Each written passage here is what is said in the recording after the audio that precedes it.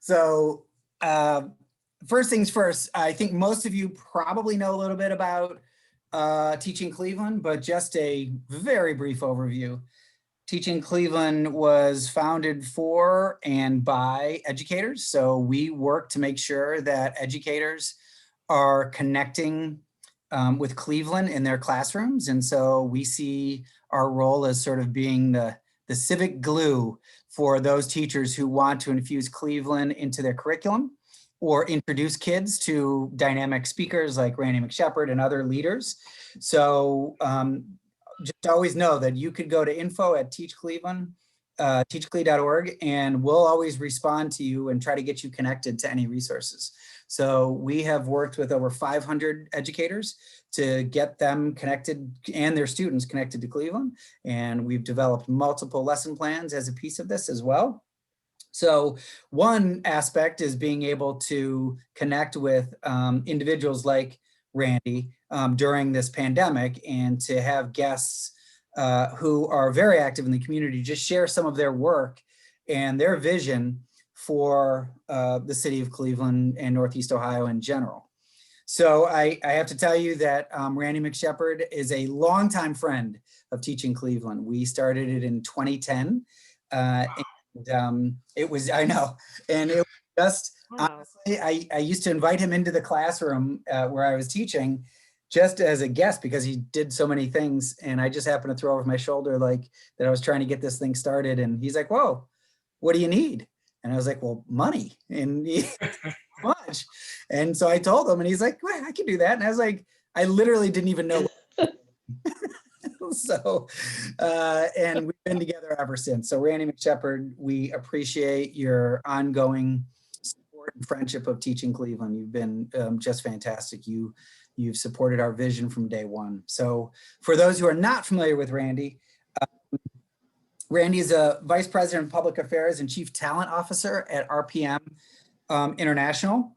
And in that capacity, he actually goes far beyond that because he's the co-founder of the Riddall Green Partnership with a group of his boyhood friends.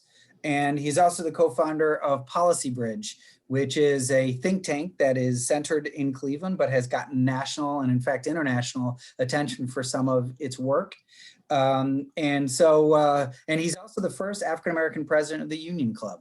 So Randy has been very involved with Cleveland and the life of Cleveland. And so it's really our pleasure to have him speak about his vision for, and it is based on I think it's a 2019 study called Missing in Action about Black leadership in Cleveland. So without further ado, Randy McShepard, thank you again for joining us, and we appreciate you taking your time. Well, thank you very much, kind sir. I didn't realize it was our 10th anniversary. I mean, we have to celebrate. I think 10 years. Is it some sort of diamond? No, is it whatever we want it to be? Okay. Yes, but good to see all of you out there. I see a good friend, Janice Small, who I do a lot of work with in the community, and always good to see Aaron Miller Tate. But I really appreciate the opportunity to chat with you all. And I do want to give Greg Deegan a shout out. I mean, what he's done is nothing short of amazing. And as a lifelong Clevelander who has dedicated his life's work to making Cleveland better, it certainly warms my heart to see the good work of Teaching Cleveland. And Greg has been relentless in his focus and ensuring that young people learn more about the history of our fair city and important happenings. So thank all of you for sharing that information with your students and others. And with that, I'll move into the topic of tonight. I guess we titled this Black Lives Matter and Black Perspectives Too. And it's based, as Greg mentioned, on a research report that I wrote back in 2019 titled Missing in Action, which was focused primarily on Black leadership in Cleveland. I do want to start by giving you a little bit of information about Policy Bridge, the think tank that is the official entity that released the report. or the banner under which this report was released. We're an African-American think tank that has been around for 17 years, and our focus has always been researching, analyzing, and responding to public policy from a minority perspective. We have, over the 17 years, we've released 15 research reports, 2 policy briefs. We've coordinated 20 community forums that have generated about 12,000 audience members. We led a social marketing campaign that was focused on marketing the importance of education to 3 Cleveland neighborhoods as really an experiment. We focused on Slavic Village, Mount Pleasant, and Central neighborhoods. We raised about $300,000 to run a 10-month campaign, which was quite interesting. We have consulted for 5 organizations, including Living Cities, the Fund for Economic Future, and Lorraine Community Foundation, among others. As you heard from Greg, we have received local, regional, and national news, including a joy of mine when I was contacted by CNN and asked to write a lead story on Anderson Cooper's blog, which was pretty cool. We have testified in Washington and Columbus on multiple occasions, and I was personally recently involved in the successful passage of Senate Bill 16, which then became Senate Bill 68, which is focused on teaching high school students and young drivers on proper interactions with police. And our 2009 research report titled Rebuilding Blocks was the impetus that started the Rittal Green Partnership Farm, which was the backdrop in the picture that you saw at the beginning of the presentation. Now, I personally think that that's a fairly significant impact for a small, fledgling nonprofit organization, and I hope that you agree. But the reason I like to tell the story and highlight all the things that we've done is that, believe it or not, when we shared the idea that we wanted to start the Policy Bridge organization, it was met with much resistance. And we were told that there were organizations like the NAACP and the Urban League, and therefore there was no need for any other organizations focused on Black people. And that was quite shocking and daunting, but to be perfectly honest, it went just a bit beyond the resistance. There was actual deliberate action to halt the establishment of Policy Bridge. So with all that as a backdrop, I want you to know that we pushed forward and started the organization anyway. And based on our successes, I think it was a safe bet when we assumed that a Black think tank was needed. But as I experienced that pushback personally in those early days, I made the personal decision that one of the hidden agendas for Policy Bridge had to be what I like to refer to as a civic awakening and engagement of the next generation of leaders. Because I felt that I was a person at that time that was a corporate executive that had served on many boards, that was fairly known in the community. And if I was receiving that much pushback for just coming forth with a new idea, I can only imagine what a younger leader, maybe without as many contacts or didn't have a big corporate logo behind their name, the kind of pushback that they would experience. And that was very troubling to me. And I thought that if we want to move our city forward, we needed to do better. So again, in 2019, I decided to write a research report that sort of addressed all the musings in my head about leadership. It was titled Missing in Action, the Analysis of Black Leadership and the Challenges that Impede Success and Impact. The report received wild reviews. It was a hot summer in 2019, let me just say that. There were lots of cheerleaders and there were lots of angry people, and I heard from all sorts of folks. Believe it or not, when the report was released on a Sunday in July of 2019, Chris Quinn, who was heading up the Cleveland.com at the time, said that in the first 2 hours, there were so many comments that they had to shut down pretty much the entire comment section. It was just too much for the system to handle. So this was quite controversial. the good news is that it led to me being asked to speak at the City Club for a Friday forum, which I did, which gave me another opportunity to talk about this research report. But basically, there were two main points that I tried to convey in the report, two central points. The first one is that, as I see it, there are really four types of leadership that we should all be thinking about. I like to consider them four buckets of leadership that I talked about in the report. And I outlined those as political, business, civic, and community leadership. And then I also talked about the 7 determinants of success as I saw it for any leader to sort of assert themselves in any community. But, and I'll talk about those. But to start with political leadership, you know, I thought about Cleveland and the fact that minorities have been most represented in the area of political leadership. And it makes sense when you think about the fact that political leaders in the past in Cleveland have been quite noteworthy.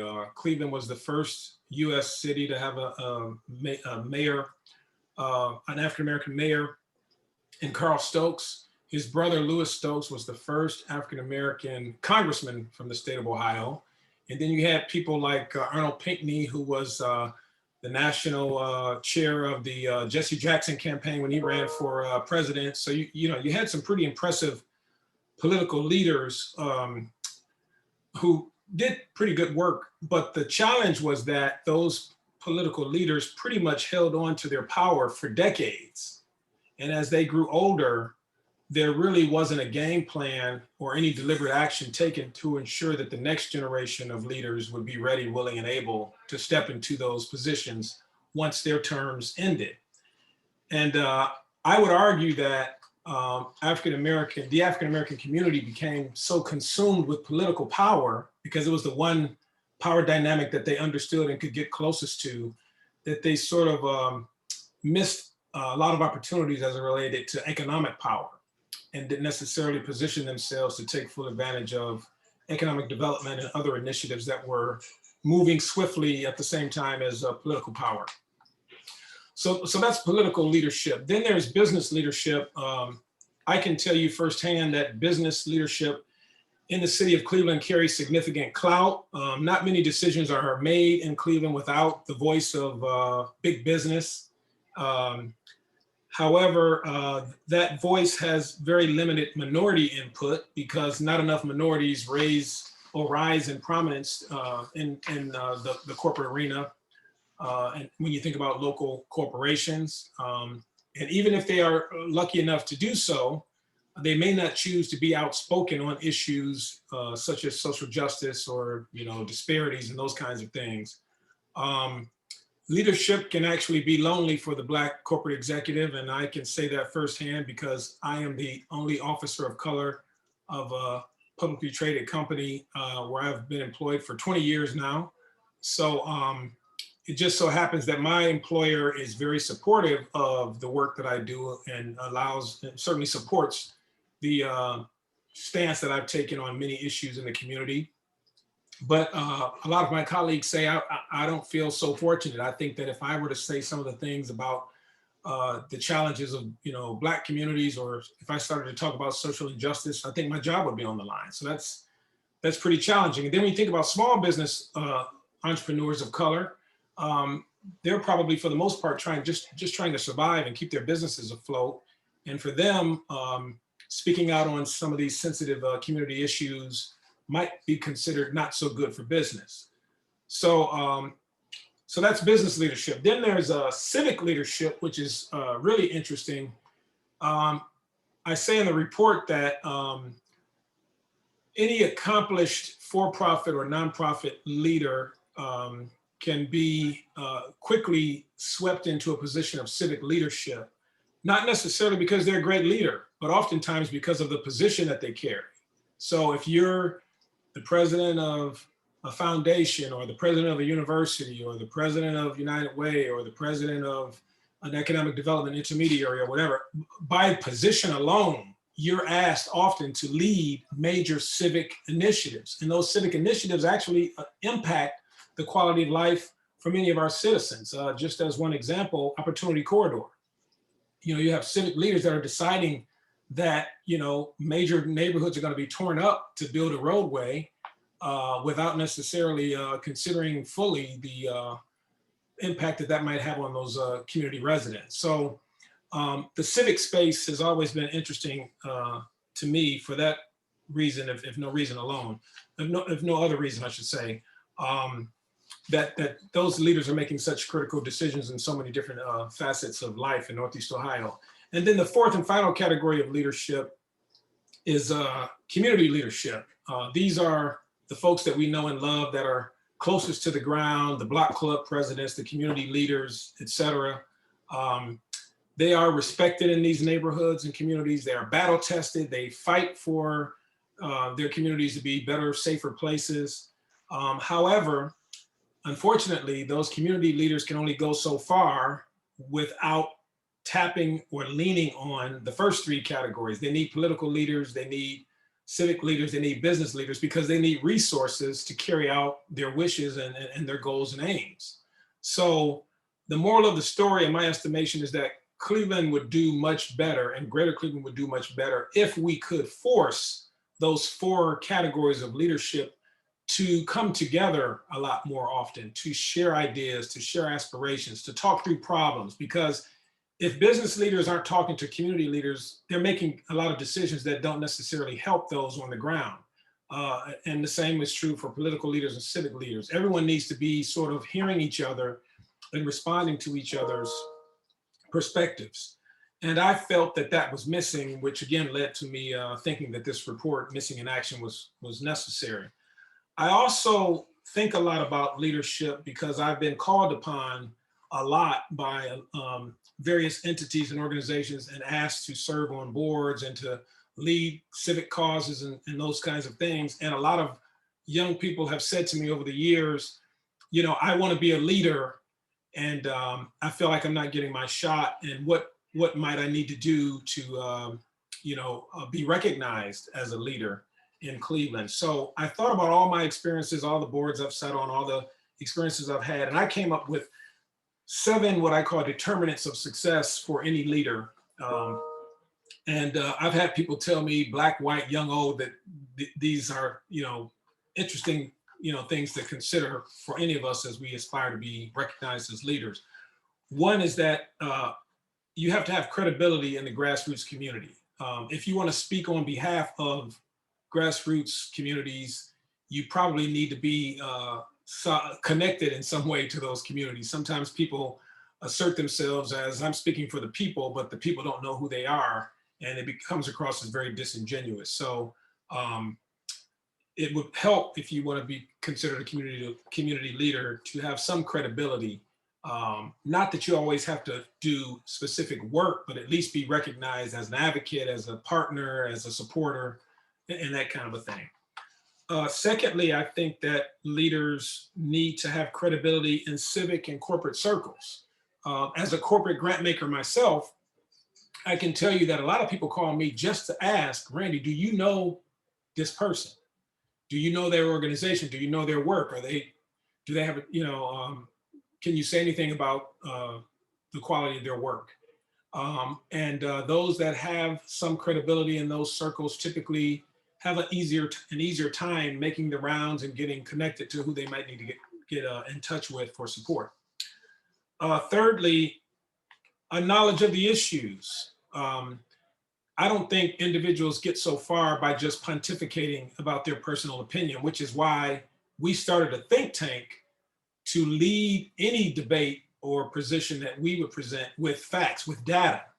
So it's not about, this is how Randy McShepard feels. It's about, this is what this respected entity or research institution or whatever had to say about this, and here's our perspective on how that might be interpreted. I think any leader needs to have some knowledge of any particular field or endeavor that they want to represent.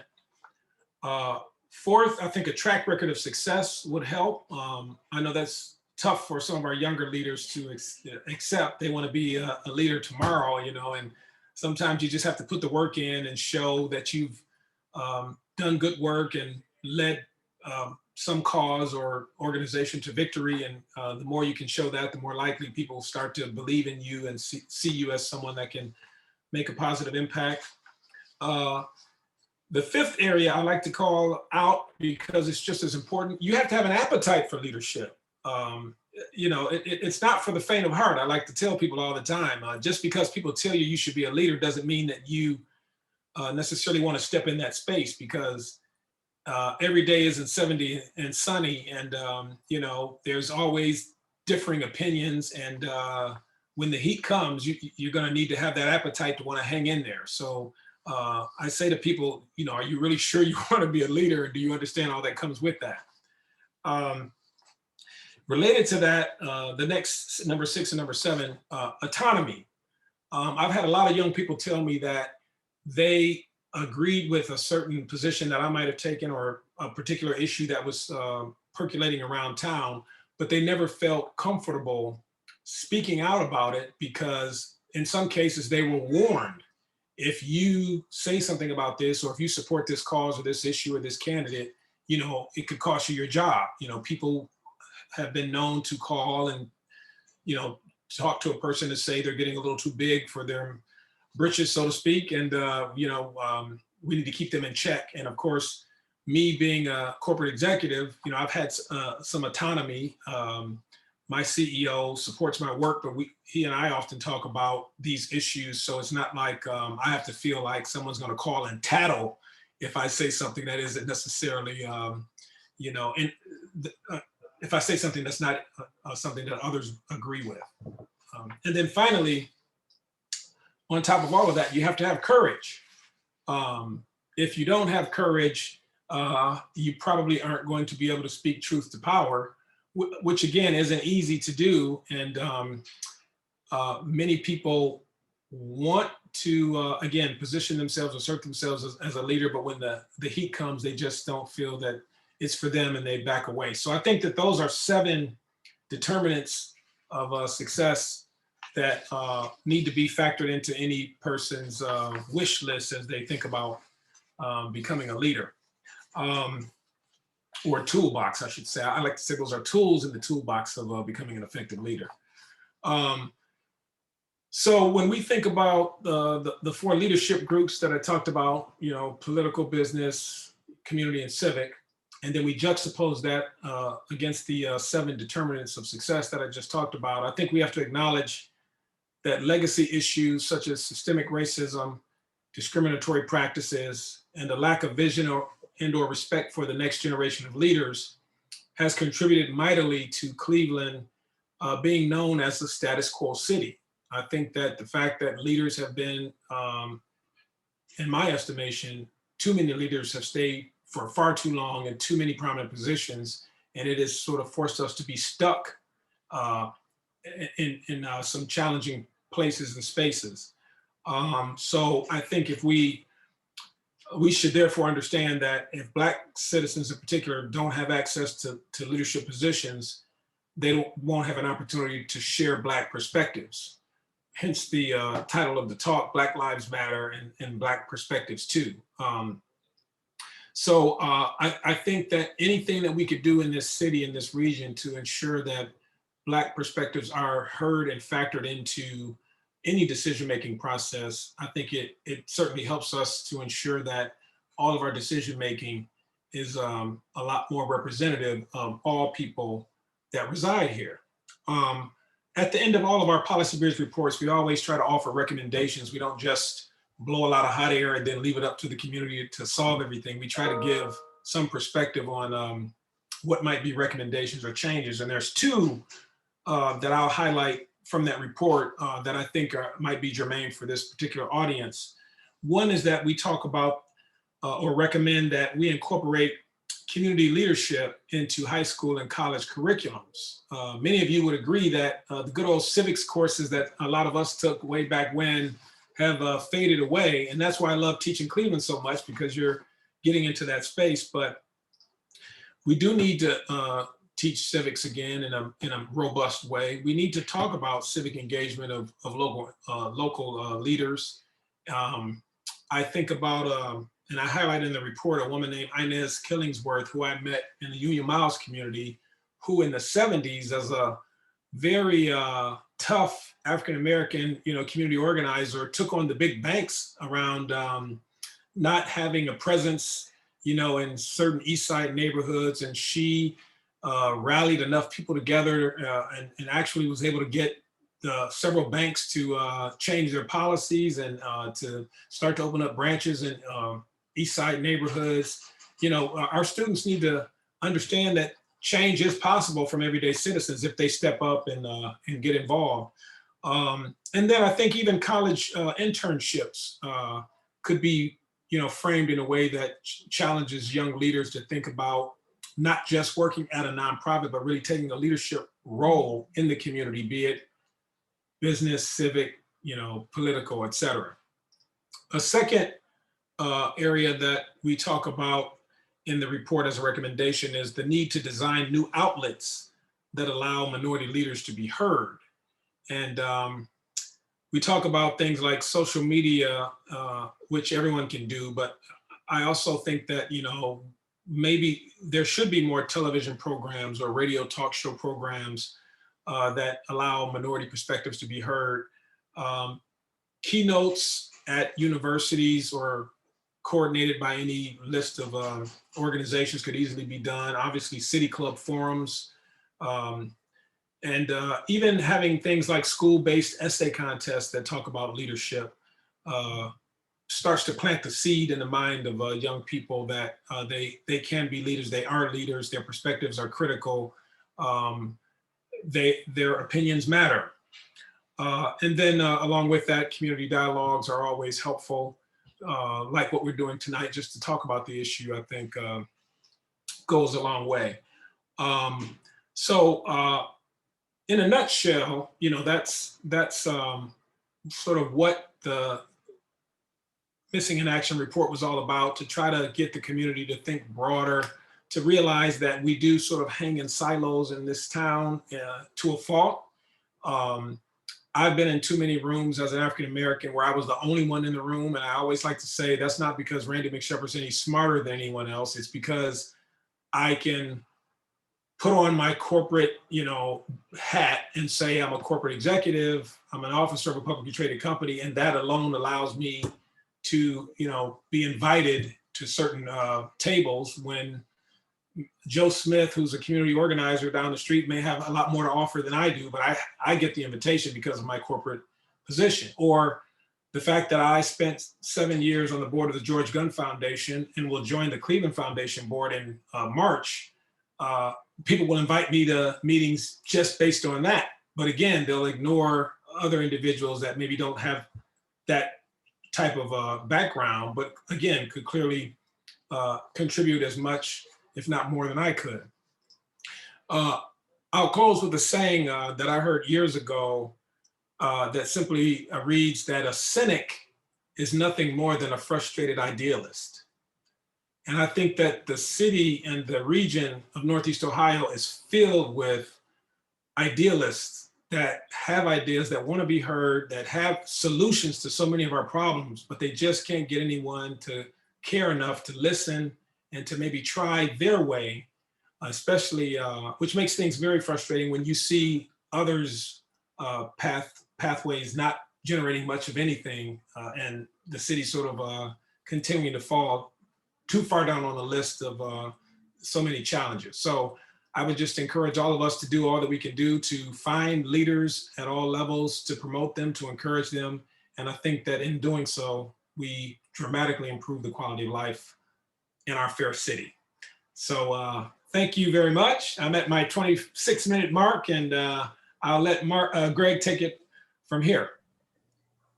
Thank you, Randy. I very much appreciate it.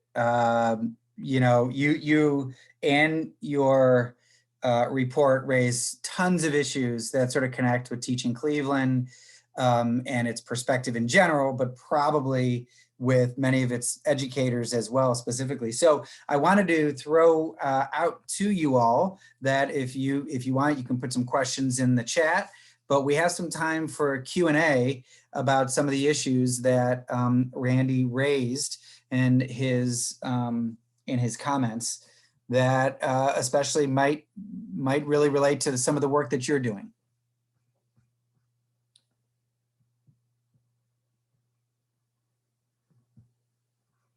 I see a hand. I think Lauren is raising her hand. Lauren, go for it. Thank you. Hey, Randy, how are you? I'm good. How are you, Lauren? Great to see you. Likewise. So I'm an educator, and I was making a list of what you were talking about, the qualities or the toolbox of a leader. And a couple weeks ago, I had the opportunity to listen to Justin Bibb, who is running for the mayor of Cleveland, who's a young man, and he addressed the fact that he was young, and that a lot of people told him he was too young and inexperienced in order to run. And he said, okay, I appreciate that, but I'm going to run anyway. So the question I throw out to you is, how about young people who definitely have the ability and the knowledge of community in order to run? How can these connections be made with people in the community like you who are established in order to give them support and possibly the credibility that you talk about that they might not have because they don't have the experience? Yes, I know Justin Bibb quite well. I've been a bit of a mentor to him over the last few years. Very, very smart, bright, talented, individual who I think is going to be a formidable opponent for mayor. So keep your eye on Justin.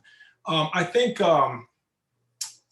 to take him as an example, he and a few other young people that I know have been pretty good about being deliberate and unafraid to ask for the time of civic leaders. The good thing about a place like Cleveland, and I can say this firsthand, unlike what you see in a lot of other cities, Cleveland is a city. The good news about the business and civic leaders is if someone asks them to take the time to meet a young person that's on the ball, that has a lot of promise, that needs to get to know some of the leadership circle, most people will take the time. I always make time when anyone refers people to me, and I expect that my friends who ask me to talk to their friends will return the favor. And they always do. So it's not hard to get to sort of know people, but it does require time and energy on the part of the young person. They have to be willing to call around to their friends, to ask for introductions, to attend those meetings or make those calls. And they have to also be willing to, pre-COVID, obviously, go to the cocktail parties, go to the events, go to the benefits, take time to walk around the room, introduce yourself, because that really, makes a difference. And when I think about people say, well, Randy, you know a lot of people, it's been years and years of, one-on-one meetings and working with people on committees and joining boards, and, all of those things matter. So I would just say to young people, it's a long road. People in their 50s and 60s, have had decades to build relationships. If you're in your 20s, by design, you're not going to have as many. But if you want to do something like run for public office, it's probably in your best interest to start, making the rounds, making the connections, asking for introductions.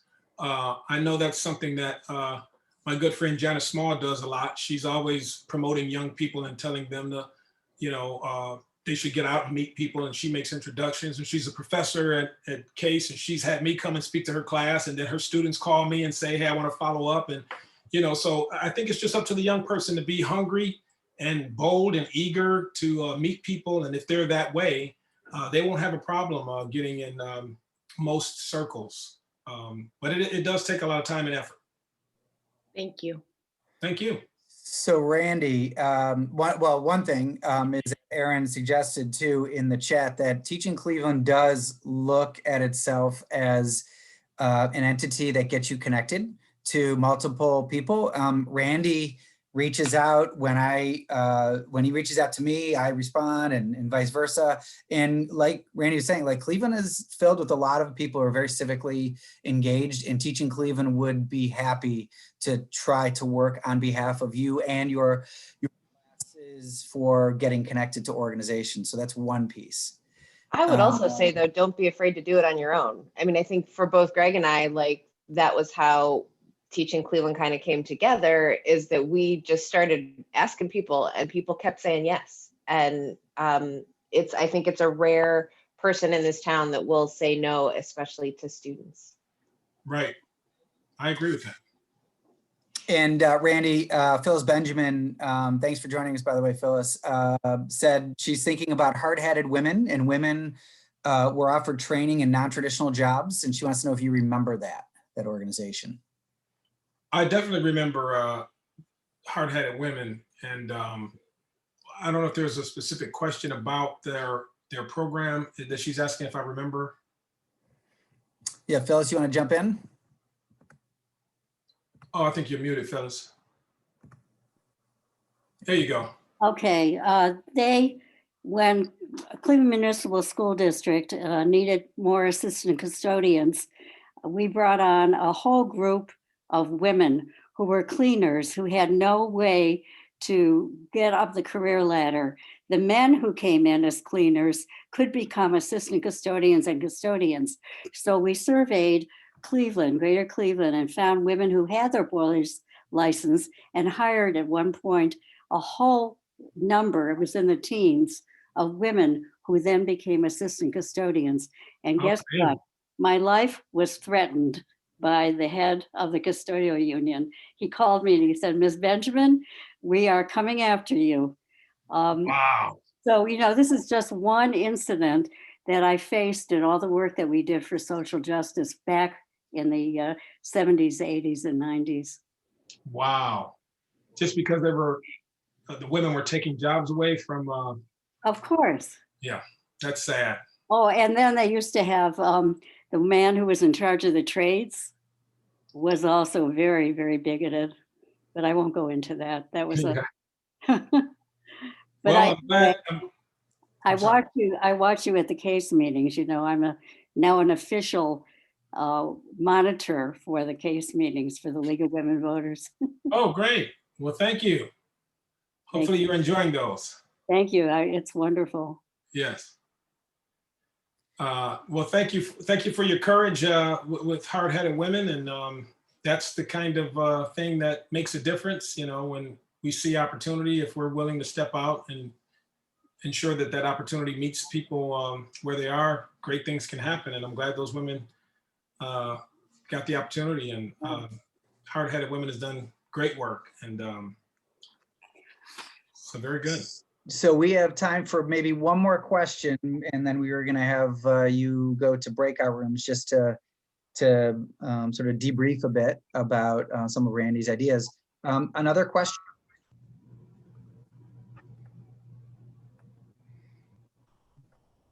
They're eager for breakouts. That must be it. They want small groups. Mark Hottishell has his hand up. Mark Hottishell.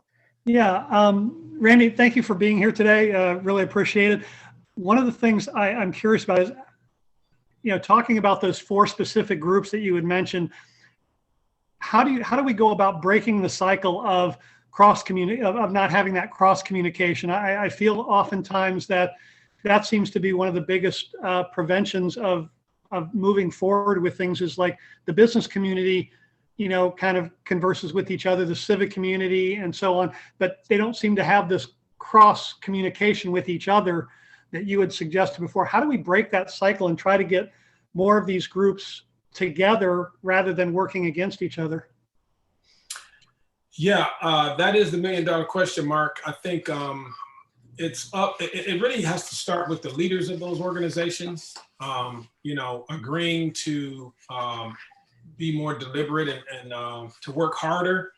I think that, having said that sometimes leaders from those different sectors can talk amongst themselves and sort of force the hand of some of these organizations. I remember when years ago, I chaired the Workforce Investment Board for the city of Cleveland, and the business community told me, if you want our support, you need to merge the city and the county systems, because we're tired of dealing with 2 different groups. And I talked to the elected officials, and they pretty much hemmed and hawed And so I went to the person who was another business guy and that chaired the county, and basically said, you're the chairman of the county board, I'm the chairman of the city board, why don't we do it? And we did it without asking, for permission from the city or the county government officials. And that sort of forced them then to have to work with us. So then now you at least had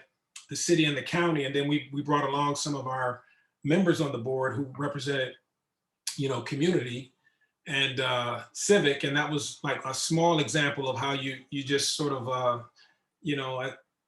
at the grassroots level, maybe just start to sort of force the hand and make some of these things happen. But I do hope that our leaders of our different entities would be more open to that. I think with all that happened in 2020, it is an opportune time because people are looking for non-traditional types of relationships and partnerships.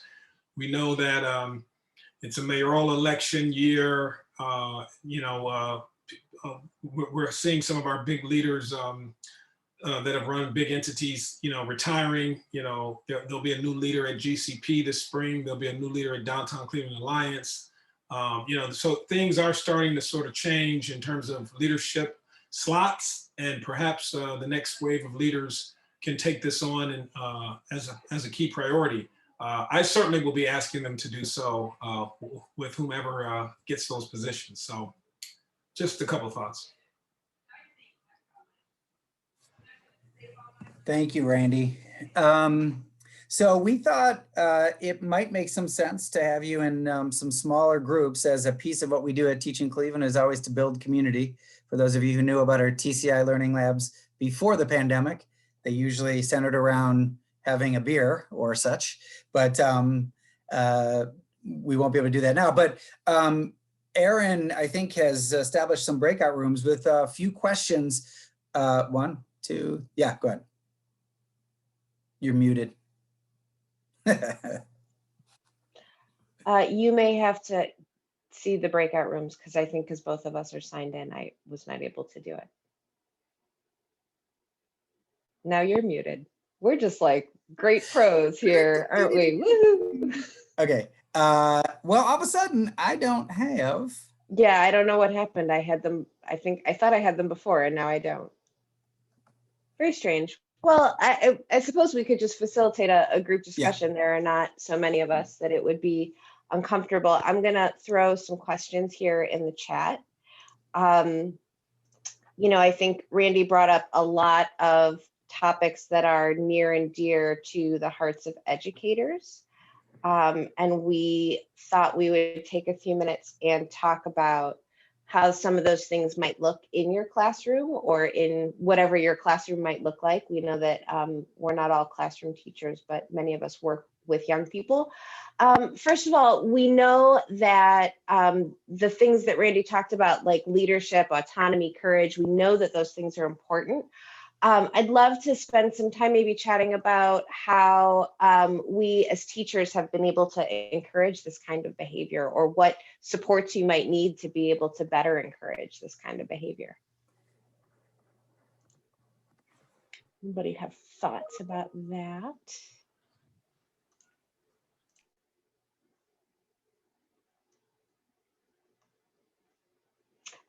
I know that Randy mentioned specifically leadership training sort of things, leadership curriculum that's part of what you might go through that every high school student or every middle school student might go through. Anybody have experience with that kind of training? I might put Lauren on the spot and talk a little bit about what some of the things they do with the girls or at Laurel, or anybody else want to jump in on that one? Lauren, go. Okay, so specifically what age group and what are you wondering about? I'm just wondering about opportunities for youth to develop, particularly youth of color, to develop things like an appetite for leadership, to develop that courage, that interest in being leaders in the community. Sure, so with regard to all of the students, as an all-girls school, we really have a focus on leadership in many different ways. And actually, specifically with our students of color, We have specific groups and ways they can become involved in order to become leaders. So we have programs. We have a program called Protege, which is actually, how can I explain it? A mentorship leadership program. And actually, Randy might not know this, but one of my advisees, who is a student of color, is actually working on a green initiative. And so having met Randy a couple years ago and hearing him speak at your summer learning lab, I connected her to Riddle, and she was able to talk to the people there, and she has run with it. And so now she's doing her capstone project on it. So what we try and do is we ask the students what areas of leadership they're interested in. We have them fill out a questionnaire, and then we do what Aaron and Greg did. We reach out to people in the community, as many people as we possibly can, in order to cast a really wide net so that they can either talk to them or have an internship with them or spend time with them. Then with regard to specifically students of color, at our school, we have affinity groups where the girls can look at their identity and their place at Laurel, in Cleveland, globally as women of color, and how they can use their voices and make connections in order to gain these leadership positions. That, Yeah. yeah?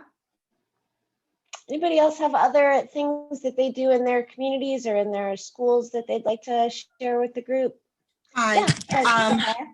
I am Zakia Bergen. I teach at Rural Middle School in Cleveland Heights, Ohio. And about 16 years ago, we started a Minority Student Achievement Network Club after school for 6th, 7th, and 8th graders.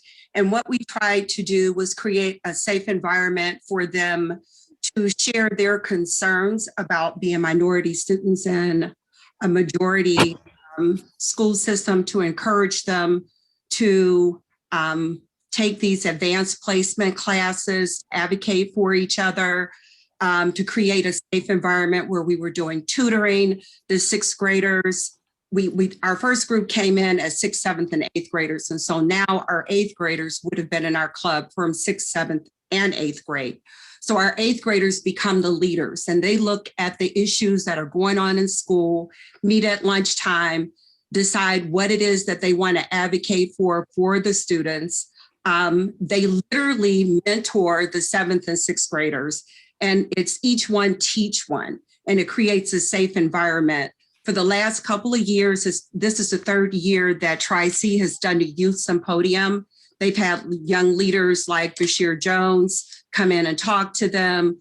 We have the high school kids come down and talk to them.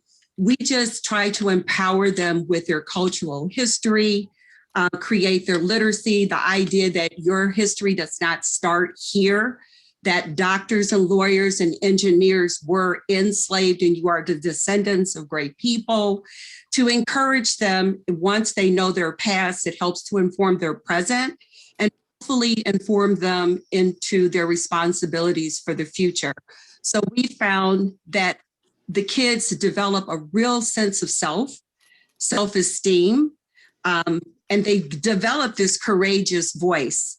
And they take it with them to the high school, and we've been pretty successful with it. We pass them on to the high school, and just creating a safe environment for them to advocate for themselves and to be empowered with each other allows them to go out into the bigger world and take that voice with them, because all they hear is positive affirmation. So the mentoring piece, we also invite minority leaders throughout the greater Cleveland area to come in and talk to them, because those leaders were them. They were the kids who were intimidated, or they are the one kid in the advanced placement class. They've been there. And so once they see themselves in other people, it just empowers them to go forward. Absolutely. And by the way, Lauren, thank you for the shout out to the reference that Zakia made about the High School Youth Symposium. It is coming up, and it is all about giving students a voice. It's actually next week.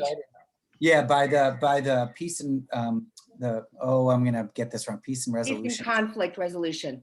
Thank you. Yes. Peace and Conflict Resolution Center. Yeah. So it is fantastic. So I encourage you guys to look into it. Real quick to add, Beechwood City Schools for a number of years has a leadership conference, and it goes over a weekend long. It's run by Craig Alexander, who is our student activities director. The students have to apply for it and get accepted into it, and it's a wide variety. It's a mix of kids, and what happens on Friday night when they first meet is they are split into what we call family groups. And throughout that weekend, not only do they get to know themselves and each other within their families, then they do interactions between family groups. They do a workout in the community, out into the we take them out to a ropes course where they do team building work. And then on Sunday, we have a keynote that comes in and works with the students. The other thing we have at Beechwood, and it's been in place for quite a long time, and I know Patty can speak much better about it than I, is the Scholars Program, which is focused on the African-American students at the middle school, with mentors all the way up through the high school. And Patty, I don't know if you're still with us. I know you can expand more about that. Patty, you're muted, love.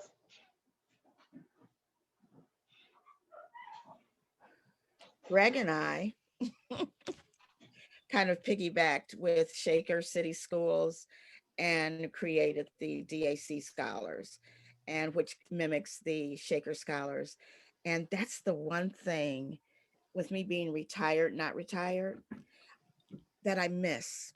So now I'm on this lectureship at Tri-C, and I'm trying to get involved in something like that, because that's the one thing that as a retired, not retired person, that I miss.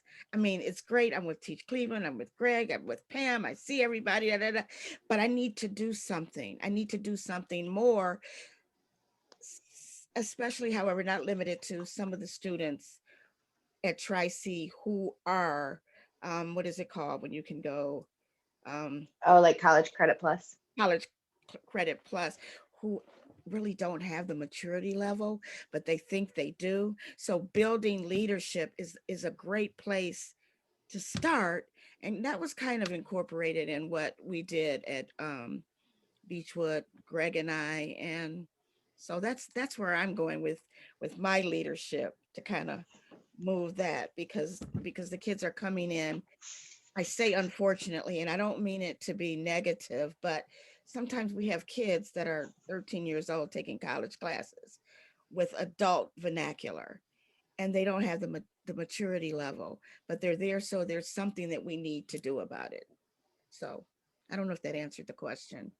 Sure. I mean, I think, we all are exposed to lots of conversations about social emotional learning and how important it is, and particularly in this remote learning environment. We know all of our students are struggling with this in one way or another. I would also love to sort of shift a little bit and think about the curricular connection beyond just the social emotional piece that many of us on the call or that work with Teaching Cleveland are social studies teachers or English language arts teachers.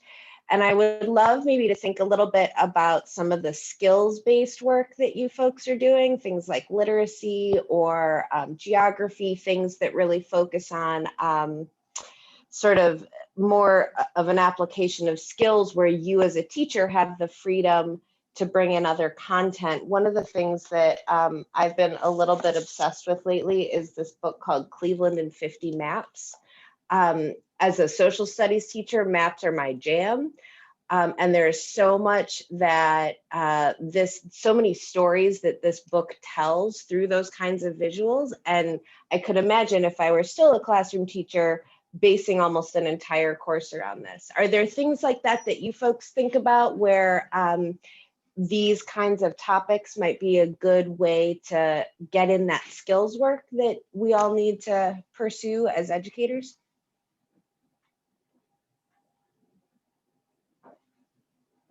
One thing that I think a lot about too are oral histories, how those kinds of stories might fit in. Anybody do anything like that in their classrooms that they'd like to share? I know in my classroom, and I'm trying to make, one of my goals this year is to transition some of my AP curriculum to my traditional American government class. But my students in my AP seminar class, look at real world problems, and I love it when they focus on local ones. They have a lot of autonomy, so I don't always get the Cleveland focused issues, but those are my preferred ones.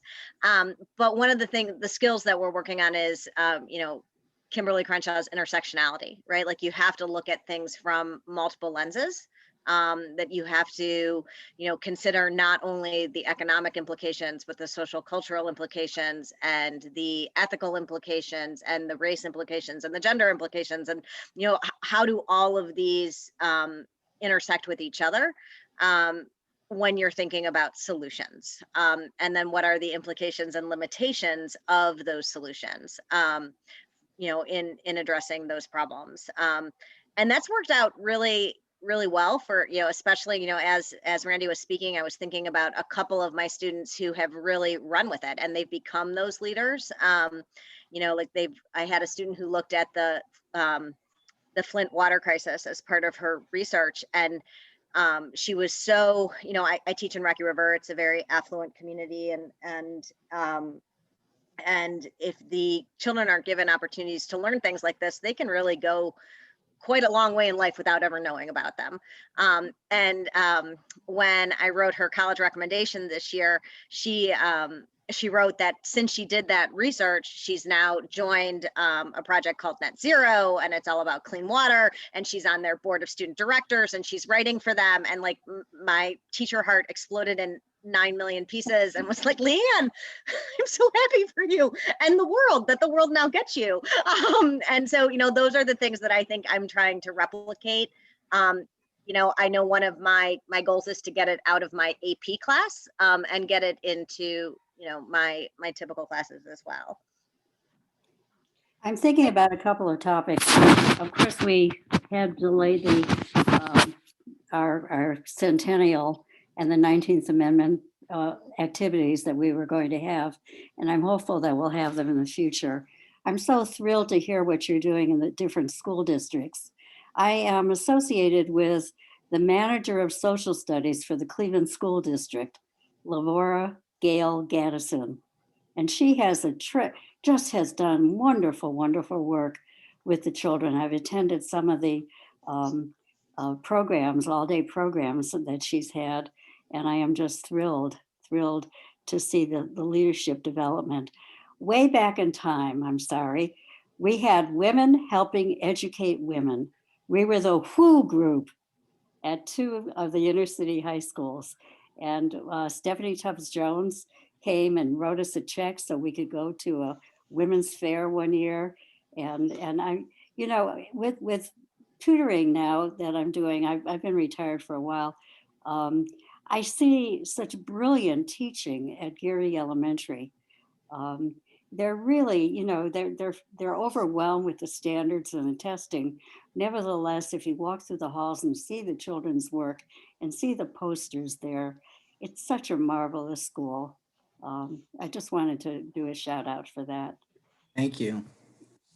Appreciate that, Phyllis. Well, I am looking at the time, and I wanna stay sort of connected to that, but I just wanted to thank everyone for sharing part of their stories, both in the classroom and beyond. I will put a shameless plug in that every other year, Teaching Cleveland does a Teaching Cleveland Student Challenge, where we encourage Teaching Cleveland educators to find 4 or 5 kids who want to engage in a challenge throughout the course of an academic year. And they are talking with kids from other school districts. We typically have anywhere between 40 and 50 kids in a challenge, and they learn how to find their voice. They learn how to study a problem. They learn how to present to one another.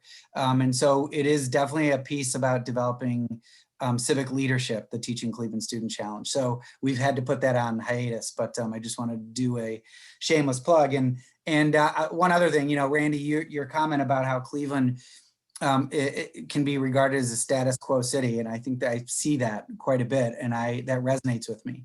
And I'm hoping that individuals like you and organizations like Teaching Cleveland and the visionary work that Randy you do, that we nudge us out of that sort of status quo city. I think that we have an incredible number of human beings who want to engage in ways to improve Cleveland, and it's about sort of unlocking that, as you were talking about. So I very much appreciate it. You're so much in the spirit of of Teaching Cleveland. And speaking of which, in the spirit of that, my last comment is on March 31st, we'll be sending this to you next week. On March 31st, Justin Bibb, who has put in for Cleveland Mayor, will be our guest at our March Teaching Cleveland Institute Learning Lab. So we're looking forward to having Justin speak about his vision. He's a young dude with an incredible vision. So I hope that you will join us and spread the word to other interested educators and other community members who are fascinated by what's happening in the Cleveland civic space. So look for that information. It's March 31st. They're always at 5 o'clock, some from 5 to 6 p.m. So we hope to see you here again in March. Randy, thank you so much for your time and your insights. We really appreciate it. Thank you all. Great to see you. Keep up the good work. Thanks. You guys have a great evening. Thank you. Take care. Bye. Bye. Bye.